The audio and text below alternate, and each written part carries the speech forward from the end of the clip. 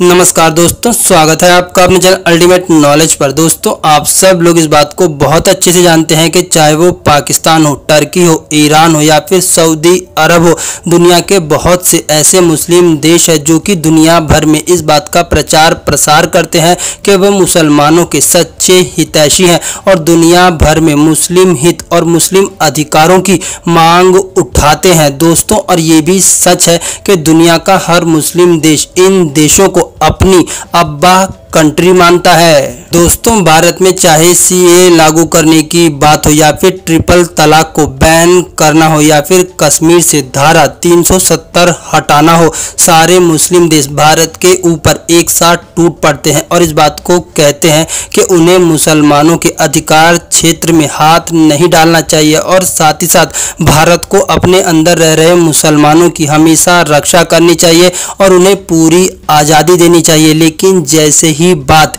चीन की आती है, इन सभी मुस्लिम देशों के मुंह में पूरी तरह से दही जम जाती है। चीन के खिलाफ इनके मुंह से एक शब्द नहीं निकलता। आखिरकार निकलेगा भी कैसे, क्योंकि चीन इनकी पापा कंट्री जो है और ये सभी मुस्लिम देश एक तरह से चीन के टुकड़े पर पलते हैं।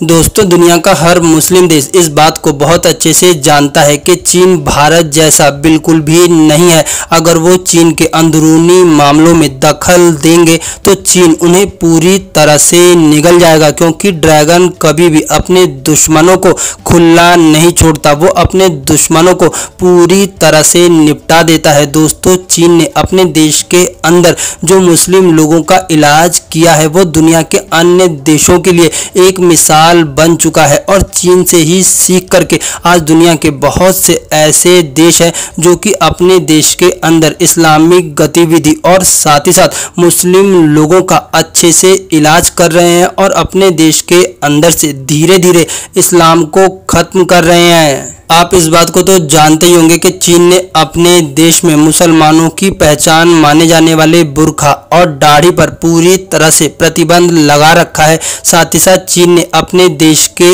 अंदर अरेबिक तरीके से बनी हुई हर मस्जिद को पूरी तरह से गिरा दिया है और उसे नए स्ट्रक्चर में बनाया है। लेकिन अब चीन ने अपने देश के अंदर जो किया है उसने सभी मुस्लिम देशों को पूरी तरह से सुन्न कर दिया है। दोस्तों, चीन ने अपने देश में मुसलमानों की पहचान माने जाने वाले शब्दों को पूरी तरह से प्रतिबंधित करने का फैसला लिया है। इसी कारण से चीन ने अपने देश में कई तरह के अरेबिक शब्दों को पूरी तरह से बैन कर दिया है, जैसे कि खलीफा, शासक और इसी के साथ साथ मस्जिद जैसे शब्द को अब चीन से पूरी तरह से गायब कर दिया जाएगा। नहीं तो अब चीन के मुस्लिम लोग नमाज और साथ ही साथ मस्जिद शब्द का प्रयोग कर पाएंगे। अब मस्जिद के लिए चीन में अलग शब्द का निर्धारण किया जाएगा। लेकिन इतना सब होने के बावजूद भी किसी भी मुस्लिम देश के मुंह से कुछ भी नहीं निकला, चाहे वो सऊदी अरब हो, पाकिस्तान हो या फिर टर्की हो,